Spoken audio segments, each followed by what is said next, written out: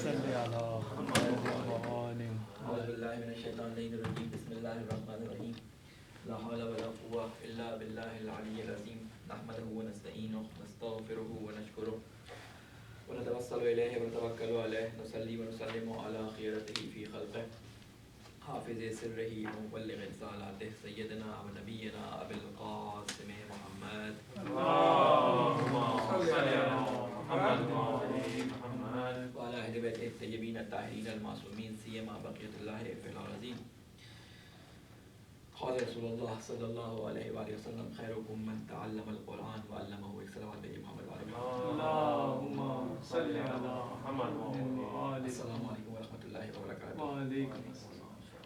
سب سے پہلے میں آپ تمام لوگوں کو ان ایام کی جو آج کل گزر رہے ہیں ایام فاطمیہ کے نام سے موسوم ہے اس کی تعزیت و تذکیر پیش کرتا ہوں. اس کے علاوہ اپنے آپ کو اور تمام مومنین مومنات کو تقوی الہی کی نصیحت و وصیت کرتا ہوں. تقوی جیسا کہ ہم ہر دفعہ ذکر کرتے ہیں اس بات کا کہ اللہ تعالیٰ نے انسان کے لیے تقوی ایک ایسا حصہ رکھا ہے کہ جس کے اندر انسان اپنے نفس کو اگر رکھے تو وہ گناہوں سے اپنے آپ کو محفوظ رکھ سکتا ہے. تقوی کہتے ہیں بچنے کو، ڈرنے کو، اپنے آپ کو اللہ کے ان مخالفتوں سے بچانا جو کہ اللہ تعالیٰ کے عذاب یا عذاب یا غصے کا باعث بنتی ہیں. مختلف تعریفیں آپ تقویٰ کے اگر زمرے میں جائیں تو آپ کو دین کی جو علوم کی کتابیں ہیں ان میں مختلف تعریفیں تقویٰ کی آپ کو ملیں گی. بہرحال جمعے کے خطبے میں مستحب ہے کہ تقویٰ کی تاکید کے ساتھ آپ لوگوں کے درمیان ان واقعات کو بیان کریں کہ جو ان کے اندر تقویٰ پیدا کرنے کے لیے ایک جوش و جذبہ پیدا کریں. ہمارا جو ذکر چل رہا تھا وہ رسول خدا صلی اللہ علیہ وسلم کی سیرت کے متعلق کہ آپ صلی اللہ علیہ وسلم کی ہم نے سیرت کو 3 یا 4 ادوار میں جو ہے وہ رکھا تھا. پہلا دور ہم نے وہ رکھا کہ جو رسول خدا صلی اللہ علیہ وسلم کی ولادت سے پہلے کا تھا. ایک ہم نے دور وہ رکھا جو رسول خدا صلی اللہ علیہ وآلہ وسلم کے واقع پیدائش کے وقت ہونے والے واقعات سے متعلق تھا. اور ایک رسول خدا صلی اللہ علیہ وسلم کی زندگی کا دور وہ ہے جو آپ کے بچپن سے لے کر بعثت تک کا دور ہے. اور پھر ایک ہجرت مکہ سے پہلے کا سوال ہے، ایک ہجرت مدینہ سے پہلے کا دور ہے اور ایک ہجرت فتح مکہ کے بعد کا دور ہے. تو ان 4 یا 5 ادوار کو یا مراحل کو ہم آپ کے سامنے کوشش کریں گے کہ اس کو بیان کریں. ہماری گفتگو یہاں تک پہنچی تھی کہ رسول خدا صلی اللہ علیہ وسلم جب اس دنیا میں آئے تو کچھ واقعات پیش آئے اور واقعات کے سلسلے میں آپ کے سامنے تفصیلات بیان کی تھی کہ وہ ایسے واقعات ہیں جو کسی بھی نبی کی پیدائش پہ پیش آتے ہیں. اس کے بعد سلسلہ گفتگو یہاں تک پہنچا تھا کہ رسول خدا صلی اللہ علیہ وسلم کو دودھ پلانے کے لیے بنو سعد کے گاؤں یا دیہات کے اندر جہاں پہ حلیمہ سعدیہ رہا کرتی تھی وہاں پہ بھیج دیا گیا. اور 7 سال کی عمر میں تقریباً آپ جو ہیں اپنی والدہ کے ساتھ ابوا کے مقام پہ گئے. یہاں سے ہماری گفتگو آگے چلنی تھی کہ جب رسول خدا تقریباً 6 سال کے یا 7 سال بعد روایات میں ملتا ہے چھوٹے تھے تو اپنی والدہ کے ساتھ اور ام ایمن جو کہ آپ کے والد کی کنیز تھیں ان کے ساتھ اور دادا کے ساتھ جو ہے یہ مدینہ کی طرف گئے جہاں پہ آپ کی ملاقات آپ کے ماموں سے اور اس کے دادا کے ننیحال کیونکہ حضرت عبد المطلب کا ننیحال بھی مدینے میں تھا تو ان سے ملاقات کی غرض سے آپ لوگ وہاں پہ گئے ہیں.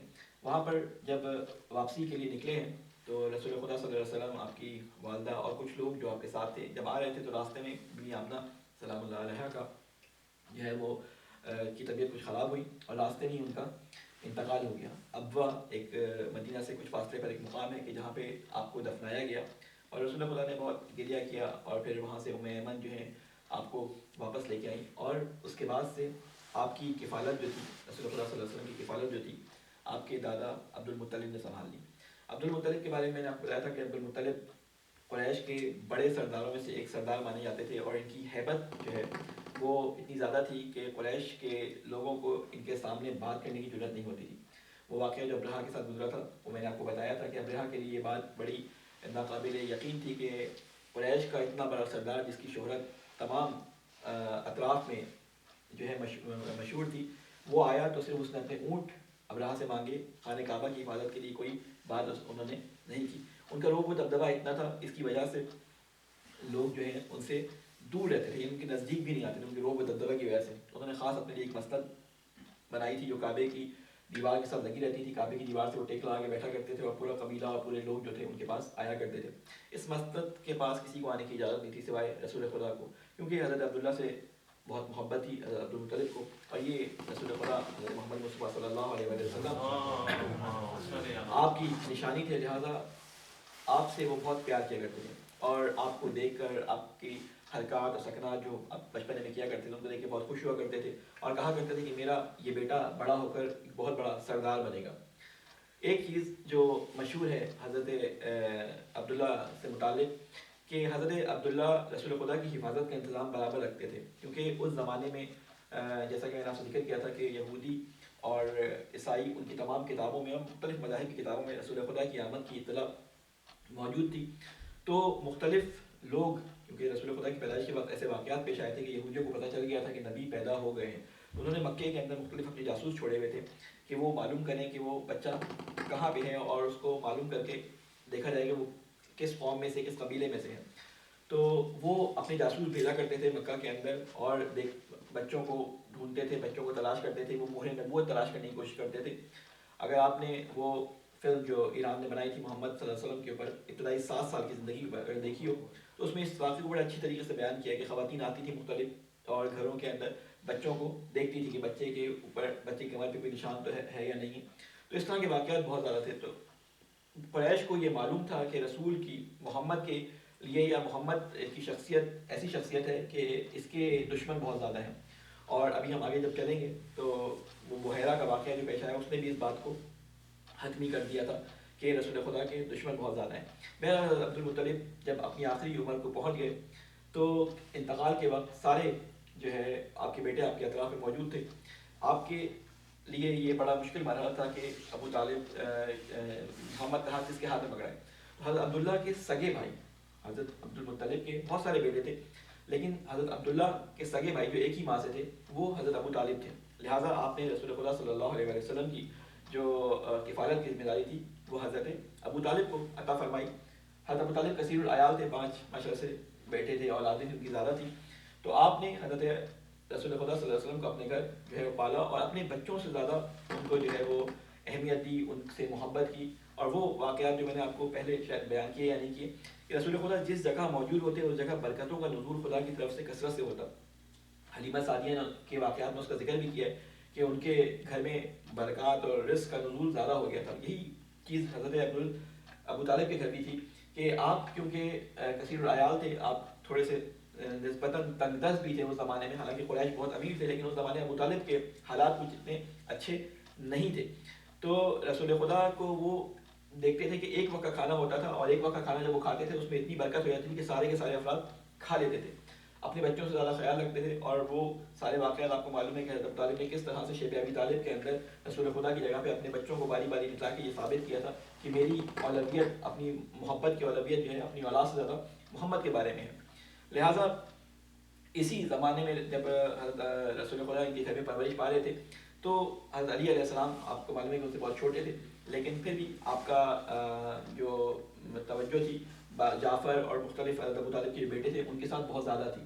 جب رسول خدا اسی طرح پروان یعنی چڑھتے رہے، 12 سال کے ہوئے تو آپ کو تجارت کے سفر کے لیے ابو طالب اپنے ساتھ لے کے گئے. پہلا سفر جو تجارت کا کیا انہوں نے شام کی طرف کیا. شام میں بسرا نامی ایک جگہ تھی کہ جہاں پر آپ نے پڑاؤ ڈالا، تو وہاں پر ایک عیسائی راہب تھا. بعض لوگوں نے کہا کہ وہ مانی مذہب سے ہے، بعض لوگوں نے کہا کہ وہ عیسائی تھا.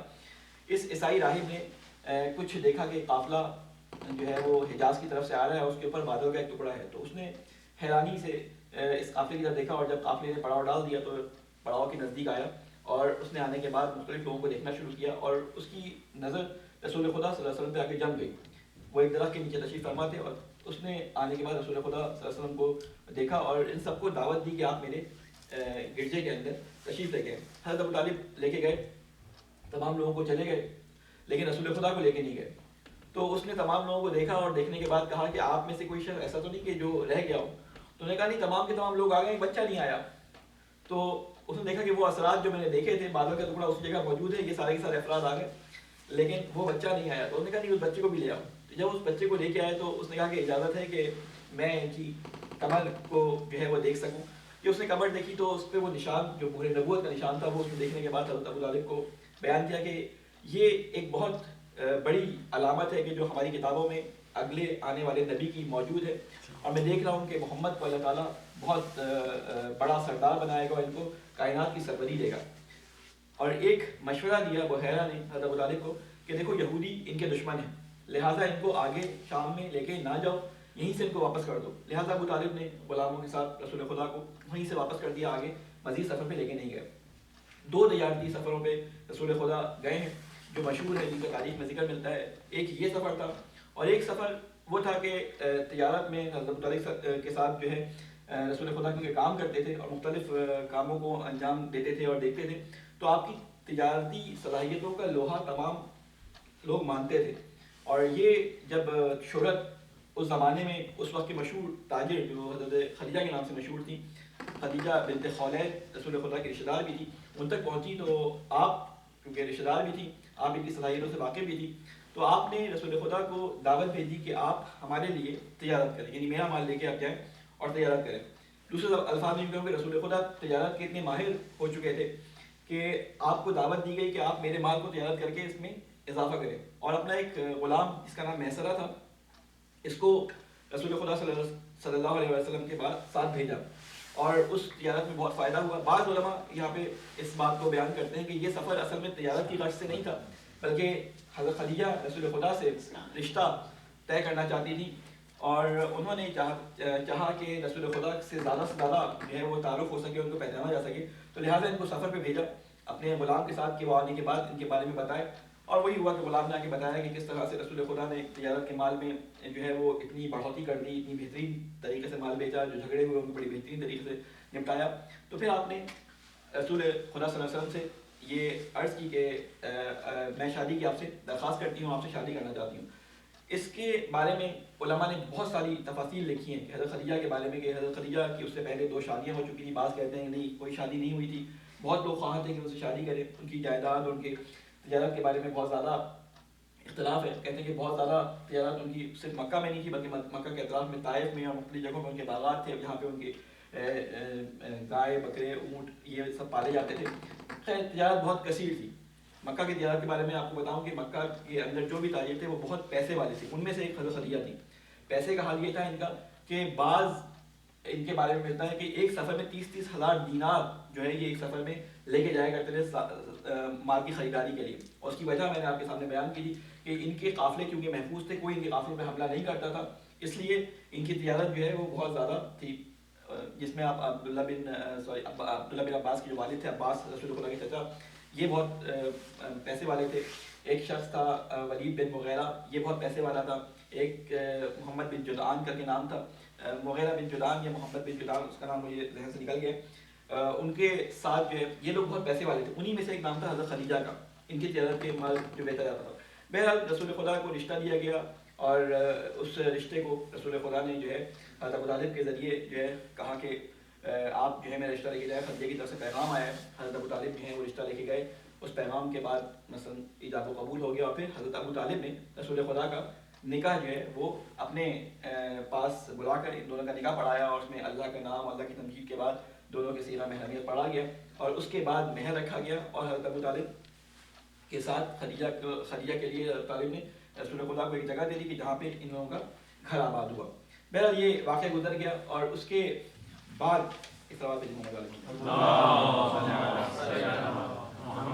رسول خدا کی جتنی بھی اولاد ہوئی سوائے ماریہ قبطیہ کے، وہ سارے کے سارے حضرت خدیجہ سے ہوئی۔ 5 یا 6 بعض جو سورسز ہیں ان میں 3، بعض میں 5، بعض میں 2 مختلف ذکر ملتے ہیں کہ رسول خدا کے جو بیٹے تھے ان میں قاسم نام تھا، زینب، ام کلثوم، عبداللہ اور ابراہیم سے ماریہ قبطیہ سے، باقی سب ذکر کیے گئے کہ حضرت خدیجہ سے تھے۔ ان کے رسول خدا کی زندگی میں ہی ان سب کا انتقال ہو گیا، سوائے حضرت فاطمہ کے۔ حضرت فاطمہ رسول خدا کی وہ اولاد تھی کہ جو آخر تک رہی رسول خدا کی وفات کے بعد تک۔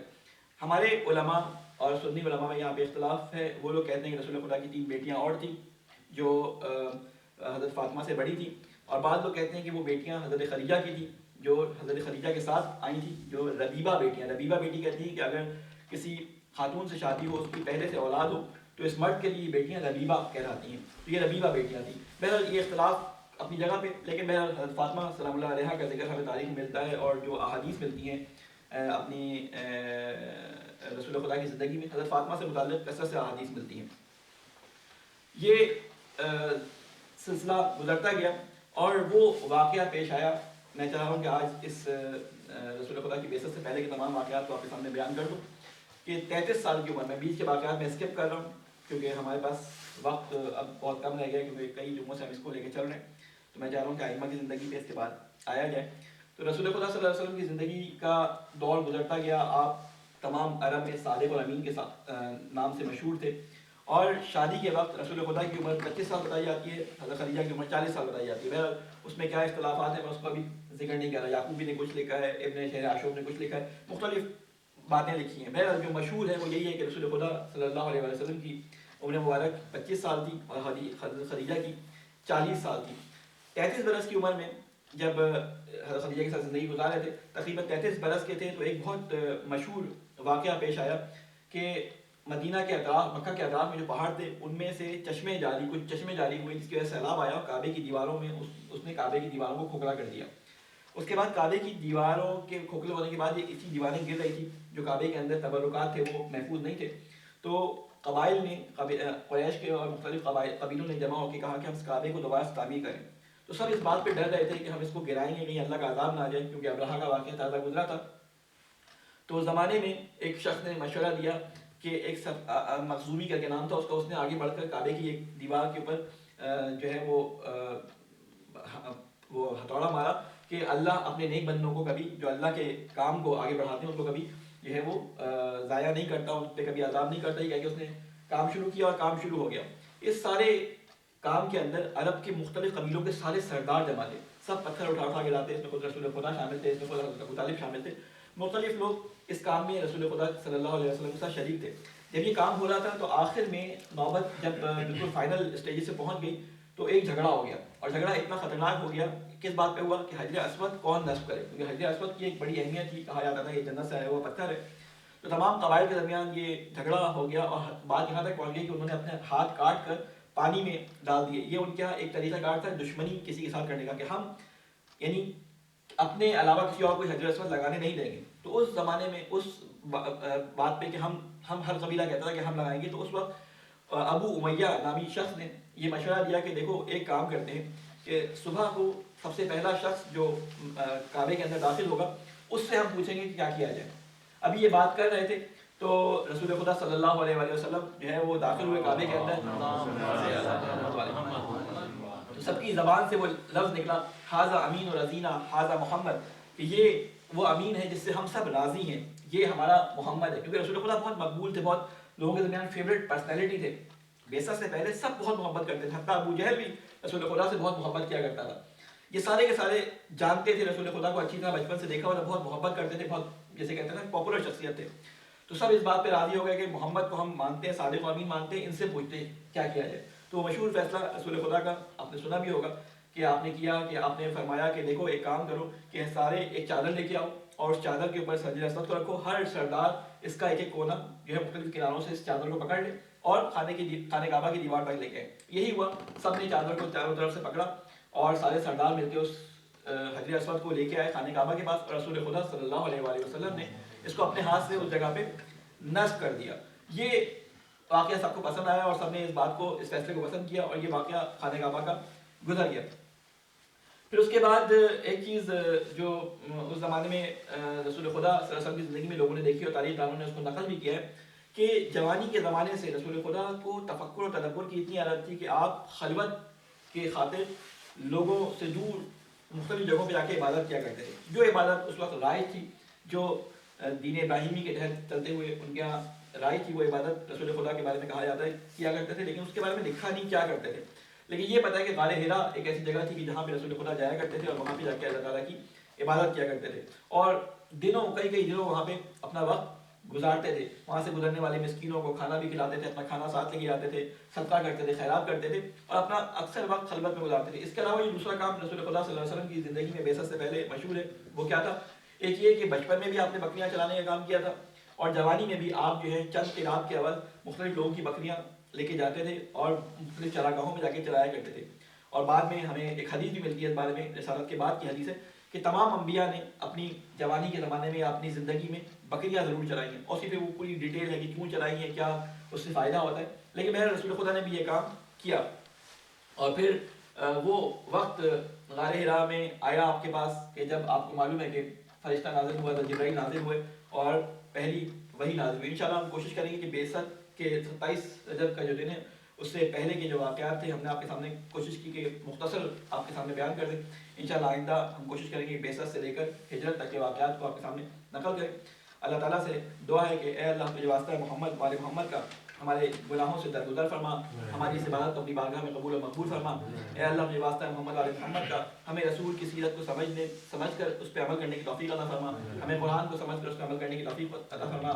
ہمارے ائمہ علیہ السلام کی جو تعلیمات ہم تک پہنچی ہیں ان کو حاصل کرنے کے لیے جستجو کرنے کی ہمیں توفیق عطا فرما.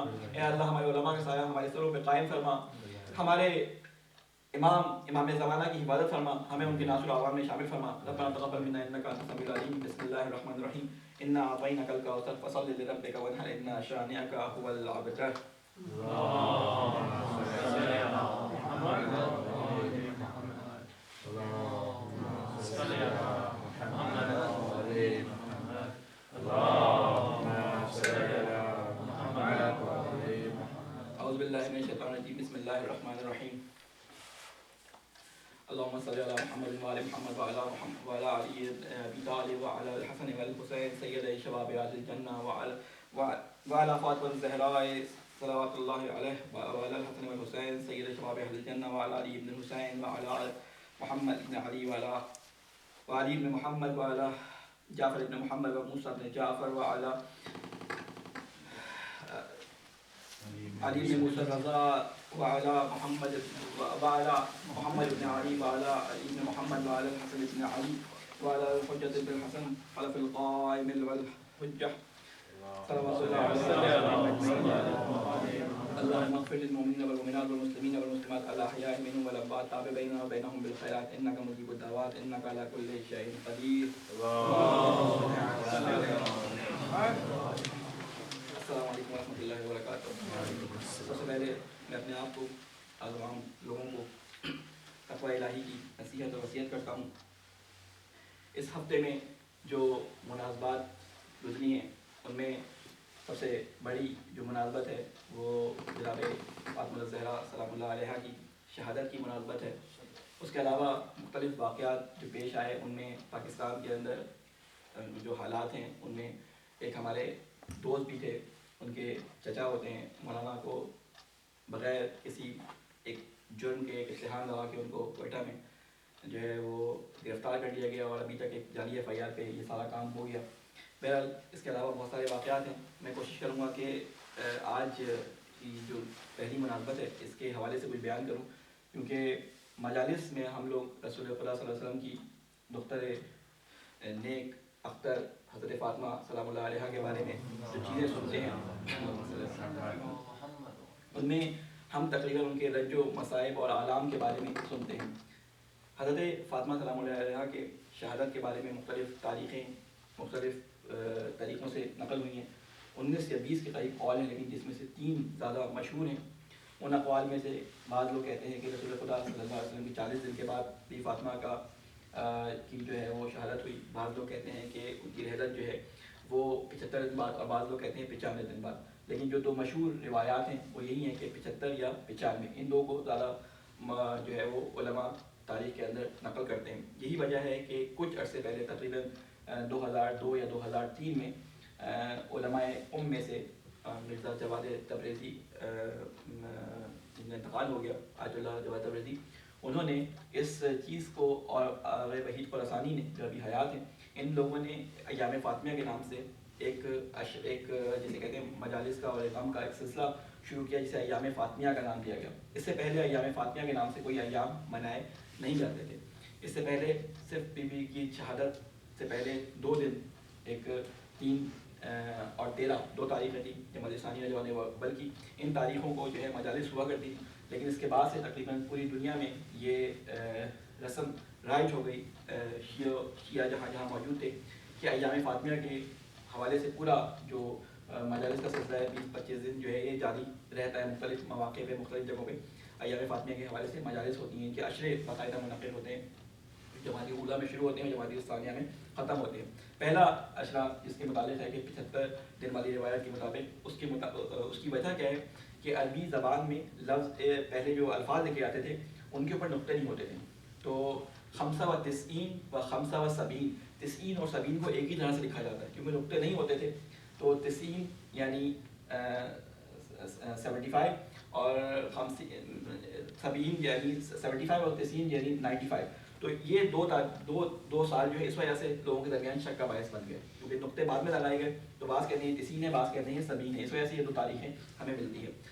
جو چیز میں آپ کے سامنے نقل کرنا چاہ رہا تھا علماء سے، وہ یہ نقل کرنا چاہ رہا تھا کہ ہم حضرت فاطمہ کے جسے کہتے ہیں کہ ظاہری ان کے غم اور ظاہری جو ان کے اوپر مصیبتیں آئیں ان کے اوپر ہمارا زیادہ فوکس ہوتا ہے، لیکن اصل بی فاطمہ کا غم اور اصل بی فاطمہ کا جسے کہتے ہیں کہ درد کیا تھا جس کی وجہ سے بی فاطمہ کے بارے میں کہا جاتا ہے کہ ان کے بال بچپن یعنی اپنی اس جوانی کی ایج میں جو ہیں وہ سفید ہو گئے، اس کی وجوہات کیا تھی؟ سب سے بڑی جو چیز ہمیں ان کی زندگی میں نظر آتی ہے وہ مدافع ولایت تھی، وہ مدافع ولایت تھی، اور حق اور باطل کی پہچان کروانے میں بی فاطمہ نے جو رول انجام دیا وہ ہمارے تمام لوگوں کے لیے جو ہے وہ ایک جسے کہتے ہیں کہ الگو، ایک سیرت کی ایک آئیڈیل کی حیثیت رکھتا ہے کہ ہم اس چیز کو دیکھیں اور زیادہ سے زیادہ اس رخ سے فاطمہ سلام اللہ علیہ کی زندگی کو دیکھیں کہ انہوں نے ولایت کے دفاع کے لیے کیا کام کیا۔ آپ نے اس طرح کی باتیں تو بہت سنی ہوں گی مجالس کے اندر کہ ان کو جو ہے وہ کسی نے دیکھا نہیں، ان کو کسی نے بازار میں نہیں دیکھا، ان کو کسی نے باہر نہیں دیکھا، لیکن تاریخ کی کتابوں میں روایات میں آپ دیکھیں تو رسول خدا صلی اللہ علیہ وسلم کے ساتھ شانہ بہ شانہ بی فاطمہ جنگوں میں بھی جاتی تھی، وہاں پہ مرہم پٹی کے لیے چیزوں کی، اور آپ کے کاموں میں ہاتھ بٹاتی تھی، باقاعدہ مسجد کے اندر آپ رسول خدا کے ساتھ جایا کرتی تھی، خواتین جہاں ہوتی تھی رسول خدا کے ساتھ جایا کرتی تھی۔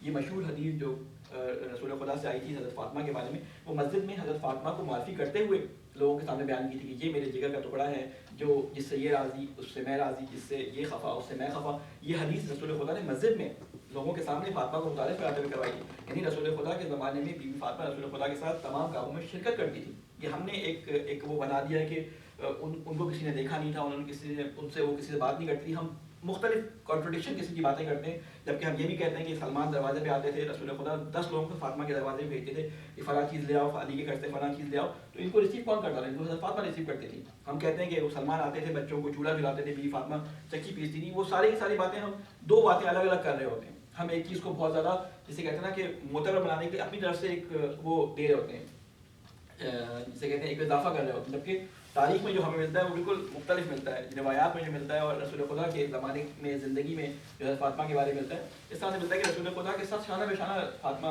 سلام اللہ علیہ جو تھی وہ درس و تدریس کا کام بھی کرتی تھی، امام علی کے زمانے میں درس و تدریس کا کام کرتی تھی، سارے کام کیا کرتی تھی۔ بہرحال رسول خدا صلی اللہ علیہ وسلم کے بعد جب حضرت فاطمہ سلام اللہ علیہ کے اوپر سب سے بڑی جو ایک روحانی جسے کہتے ہیں کہ دباؤ کی کیفیت آئی وہ یہ تھی کہ آپ کے جنازے کے وقت ایک تو سقیفہ بنو ساعدہ کا واقعہ پیش آیا اور ابھی رسول خدا کا جنازہ دفنایا نہیں گیا تھا، تو لوگوں نے خلافت کے معاملے میں ایک دوسرے سے نزاع شروع کر دیا اور وہاں پہ ایک خلیفہ کو جو ہے وہ لوگوں نے آپس میں مل کے چن لیا گیا، اور پھر اس کے بعد نماز جنازہ رسول خدا کی کس طرح سے ہوئی، اسی طریقے سے کہ لوگ آئے باری باری آ کے نماز جنازہ پڑھتے رہے، اور کئی جیسے کہتے ہیں کہ 3 روز تک کہا جاتا ہے کہ نماز جنازہ لوگوں نے مختلف گروہوں کی صورت میں آ کے پڑھی ہے۔ بہرحال وہ سب سے پہلی چیز جو رسول خدا کے بعد پیش آئی کہ امیر المومنین علیہ السلام کو ان کا حق نہیں ملا، اور اس کی وجہ سے جو حضرت فاطمہ سلام اللہ علیہ پہ دباؤ تھا، انہوں نے کام کیا انجام دیے وہ اصل میں آپ کے سامنے آج بیان کرنا چاہتا ہوں۔ لیکن حق کو پہچاننے کے لیے ضروری ہے، حق کے بارے میں بتانے کے لیے ضروری ہے کہ آپ حق کو پہچانتے ہو، حق کا ساتھ دینے کے لیے ضروری ہے کہ آپ حق کو پہچانتے ہو۔ یہ واقعہ ہمیں ملتا ہے کہ حارث بن ہود نامی ایک شخص تھا، جنگ جمل جب پیش آئی تو لوگوں کے درمیان بڑا جیسے کہ مسئلہ تھا کہ دونوں طرف مسلمان کھڑے تھے، ایک طرف رسول کی زوجہ، ایک طرف رسول کا داماد، رسول کا بھائی، ٹھیک ہے، رسول کی بیٹی کا شوہر کھڑا تھا۔ اب لوگوں کے لیے یہ بات پہچاننا بہت مشکل تھا حق کس طرف ہے، تو ان میں سے ایک شخص تھا جس کے بارے میں آپ نے نام تو نہیں سنا ہوگا، یہ کہ ہم کس طرح پہچانیں، تو مختلف روایات ملتی ہیں، تو یہ حارث بن ہود نامی شخص تھا، اس نے آ کے سوال کیا کہ مولا اس طرف یہ لوگ کھڑے ہیں، اس طرف آپ کھڑے ہیں، میں کس طرح پہچانوں؟ تو مولا کا وہ جملہ نہج البلاغہ میں بھی نقل ہے، حکمت نمبر 62 میں اگر آپ دیکھیں گے نہج البلاغہ میں وہ جملہ موجود ہے، اس میں مولانا نے فرمایا انک لم تعرف الحق فتعرف اہلہ ولم تعرف الباطل فتعرف من اتا. تو مولانا نے یہ فرمایا کہ اگر تم حق کو تم ہرگز بھی حق کو نہیں پہچان سکتے جب تک تم اس کے اہل حق یعنی اس صاحب حق کو نہ پہچانو. یعنی تم حق کس طرف ہے یہ نہیں پہچان سکتے جب تک تم یہ نہ پہچانو کہ حق ہے کیا. اور ولم تعرف الباطل، تم باطل کو نہیں پہچان سکتے جب تک تم یہ نہ پہچانو کہ باطل ہوتا کیا ہے. تو اسی وقت پھر عمار والی حدیث جو ٹھیک ہے جس طرف عمار ہوگی اس وہ جس طرف عمار ہوں گے باطل گروہ باقی گروہ عمار کو جو ہے وہ قتل کرے گا، تو وہ حدیث بھی اسی موقع پہ بیان کی گئی تھی. تو یہ حق اور باطل کی پہچان کے بارے میں امیر المومنین علیہ السلام نے فرمایا تھا. پھر جناب زہرا کی زندگی میں ہم دیکھتے ہیں تو جناب زہرا کی زندگی میں ہمیں 5 یا بہت سارے کام ملتے ہیں جو میں نے جمع کر سکا ہوں. وہ 5 کے قریب کام میں نے جمع کیے کہ جو حضرت زہرا نے انجام دیے. ایک کام پہلا جو حضرت زہرا نے انجام دیا کہ رسول خدا صلی اللہ علیہ وسلم کی زندگی کو دیکھتے ہوئے، کیونکہ ہمارے پاس جو مسئلہ آتا ہے وہ یہ آتا ہے کہ رسول خدا نے اپنی جانشین کا اعلان کیا یا نہیں کیا. اس کے بارے میں 3 صورتیں ہو سکتی ہیں اور ان تین صورتوں سے خالی نہیں ہیں. ایک یہ کہ رسول خدا نے سکوت اختیار کیا ہو کہ رسول خدا خاموش رہے ہوں. دوسری صورت کیا بنتی ہے کہ کسی گروہ کا تعین کر دیا رسول خدا نے اپنے زمانے میں کہ میرے بعد یہ خلیفہ یا میرا جانشین ہوگا. تیسرا یہ کہ کوئی نص کوئی حدیث ایسی رسول خدا نے بیان کر دی ہو کہ جس سے جانشینی یا خلافت کا مسئلہ حل ہو سکے. اگر رسول خدا نے ہم فاطمہ کی زندگی میں دیکھیں کہ اگر رسول خدا نے سکوت کیا ہوتا تو حضرت فاطمہ بھی سکوت کرتی. آپ نے سکوت نہیں کیا اور آپ نے بیان کیا. اور کس طرح سے بیان کیا؟ 5 طریقوں سے تقریباً جو مجھے ابھی تک ملے ہیں. اس کے بعد مجھے ٹائم نہیں مل سکا مزید مطالعے کا. کہ آپ نے برملا لوگوں کو اعلان کرنا شروع کیا. برملا کیسے اعلان کرنا شروع کیا کہ رسول خدا کے بعد حضرت فاطمہ جو تھی وہ مسجد میں گئی. اس کے علاوہ مہاجرین اور انصار کی خواتین کے درمیان خطبہ دیا. اس کے علاوہ جہاں پہ بھی ان کو کوئی ایسا گروہ ملتا کہ جہاں پہ وہ بیان کر سکتی تھی وہاں پہ انہوں نے اس بات کو برملا بیان کیا، یعنی لوگوں سے برملا بیان کیا. دوسرا طریقہ جو آپ نے اختیار کیا وہ یہ کہ لوگوں سے بالمشافہ ملاقات کی. یعنی 40 دن کہا جاتا ہے کہ بی فاطمہ حسنین کا ہاتھ پکڑ کے لوگوں کے گھروں پہ جایا کرتی تھی اور علی کے حق کے لیے لوگوں سے جو ہے وہ گواہی مانگا کرتی تھی. یعنی دوسرا طریقہ کیا، یہ طریقے میں بیان کر رہا ہوں کہ ہم حق کو پہنچانا چاہیں تو ہمیں کیا طریقہ اختیار کرنا چاہیے. ایک ہے کہ لوگوں کے درمیان، دوسرا لوگوں سے بالمشافہ ملاقات. تیسرا جو آپ نے کام کیا وہ کیا کام کیا کہ آپ نے عاطفی طریقے سے لوگوں میں اپنا پیغام پہنچایا. عاطفی طریقوں سے آپ گریہ کیا کرتی تھی. لوگ اگر کسی کا انتقال ہو جائے تو وہ گھر میں گریہ کرتا ہے، لیکن بی فاطمہ کے طریقہ کار کیا تھا وہ مختلف جگہوں پہ جا کے گریہ کیا کرتی تھی. کبھی وہ قبر حمزہ پہ جاتی تھی، کبھی وہ رسول خدا کی قبر پہ جاتی تھی، کبھی بقیع کے اندر جا کے گریہ کرتی تھی. یعنی جہاں جہاں محسوس ہوتا تھا کہ لوگ آتے ہیں وہاں پہ جا کے آپ گریہ کرتی تھی اور لوگوں کو آ کے بیان کرتی تھی کہ علی کا حق پامال کیا جا رہا ہے، رسول کی بیٹی کے ساتھ یہ ظلم کیا جا رہا ہے کہ اس کے شوہر کو جو ہے وہ اس حق سے محروم کر دیا گیا. چوتھی چیز جو آپ نے کی وہ اپنے وصیت نامے کے اندر یہ لکھ کے گئی کہ میں فلاں فلاں فلاں سے ناراض ہوں، میرے بعد میرے جنازے میں فلاں کو شرکت کرنے کی اجازت نہ دی جائے، میری قبر کو جو ہے وہ چھپایا جائے. خیر وہ چھپانا تو خوارج کی وجہ سے تھا کہ خوارج کا ڈر تھا کہ وہ قبر کو جو ہے وہ نقش قبر کریں گے. اس کے علاوہ آپ نے کام کیا کہ اعلان نے رسمی کیا ایک جا کے. وہ رسمی اعلان کیا تھا کہ میں اپنا امام علی کو مانتی ہوں، اس کے علاوہ کسی کو اس کا حقدار نہیں جانتی. اور ایک سوال، بس بات میں ختم کروں، بات بہت لمبی ہو گئی. آخری چیز کہ انہوں نے ایک شخص اس نے یہ خطبہ نقل کیا ہے جناب زہرا سلام اللہ علیہ سے کہ اس نے دیکھا کہ حضرت حمزہ کی قبر کے پاس سے گزرا تو اس نے دیکھا کہ حضرت زہرا جو ہیں وہ گریہ کر رہی ہیں. تو اس نے جرأت سے سوال کیا کہ بی بی یہ بتائیں کہ اگر رسول خدا کو پتہ تھا کہ یہ جانشینی کا مسئلہ ہوگا تو آپ نے اعلان کیوں نہیں کیا؟ یعنی بہت بولڈ سوال کیا اس نے. تو بی بی زہرا نے فرمایا کہ غدیر سے زیادہ رسول خدا نے اور کون سا اعلان نہیں کیا. 3 جگہوں پہ رسول خدا نے برملا اعلان کیا. ایک دعوت ذوالشیرہ میں وہیں پہ اعلان کیا میں اپنی جانشینی کا. اس کے بعد جو ہے وہ تبوک کے موقع پہ جب آپ جا رہے تھے حضرت علی کو اپنا جانشین بنایا تو آپ نے وہ حدیث بیان فرمائی کہ میری اور علی کی وہی نسبت ہے جو موسیٰ و ہارون کی تھی، لیکن میرے پاس کوئی نبی نہیں آئے گا. اور تیسرا موقع غدیر تھا کہ غدیر میں لاکھوں مسلمانوں تقریباً 1.25 لاکھ مسلمانوں کے سامنے رسول خدا نے امام علی کی جو ہے وہ ولایت کا اعلان کر دیا. اس سے زیادہ برملا کیا اعلان کرتے؟ اس نے دوسرا سوال کیا کہ اگر علی حق پہ ہے تو علی خود کیوں نہیں آتے؟ تو حضرت فاطمہ کا مشہور جملہ حضرت فاطمہ کا وہاں پہ ہے کہ دیکھو کہ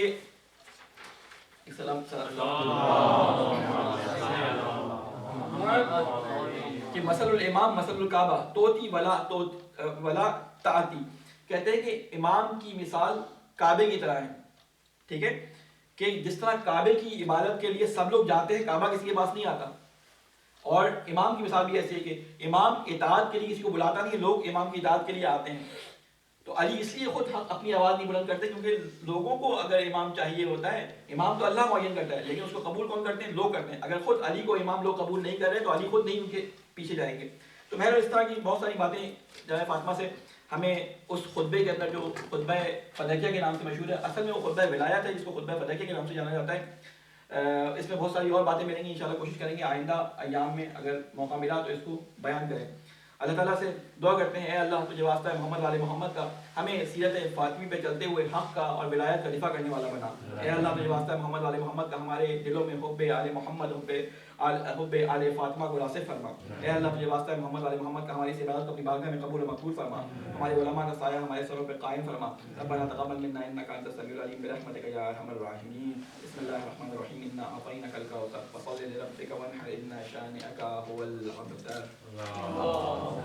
صلی اللہ